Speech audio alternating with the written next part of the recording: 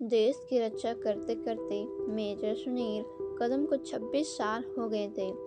उनका स्थानांतरण ज्यादातर सीमा के आसपास ही होता था, लेकिन मेजर सुनील का परिवार अब भी मथुरा के पास एक छोटे से गांव में रहता था।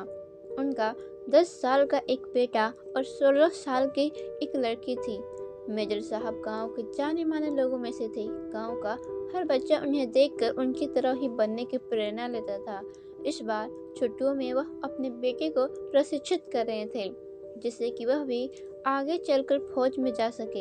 एक दिन जब वह अपने बेटे के साथ बात कर रहे थे, तभी गांव के सारे बच्चे वहां पर उनकी बात सुनने के लिए इकट्ठा हो गए। बच्चों को देखकर मेजर साहब बोले, बच्चों, आज मैं आपको एक ऐसी बात बताऊंगा जो आपने यदि सीख ली तो जीवन में जरूर सफलता प्राप्त करेंगे।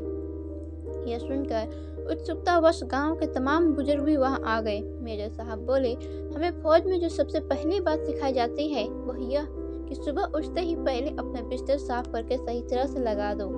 यह सुनकर सभी बच्चे और वहां मौजूद बुजुर्ग हंसने लगे कि मेजर साहब ने यह क्या कह डाला। यह भी कोई काम हुआ? बिस्तर सही से लगाने का सीमा पर लड़ने से भला क्या संबंध? रहीम चाचा से रहा नहीं गया। वह कहने लगे, यह भी कोई सीख हुई? इससे भला किसी का क्या फायदा होगा? इससे अच्छा तो आप गांव के बच्चों को दुश्मनों से लड़ने की कोई तरकीब बताते।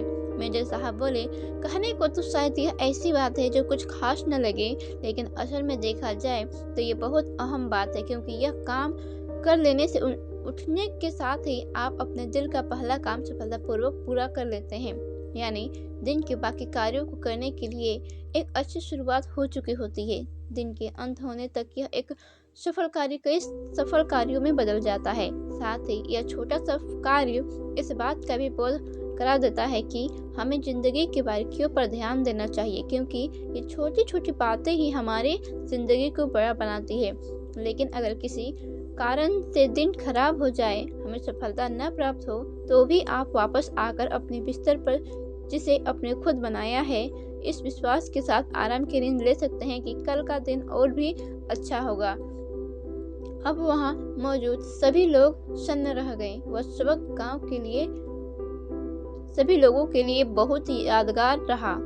लाइक, शेयर, सब्सक्राइब करें। धन्यवाद।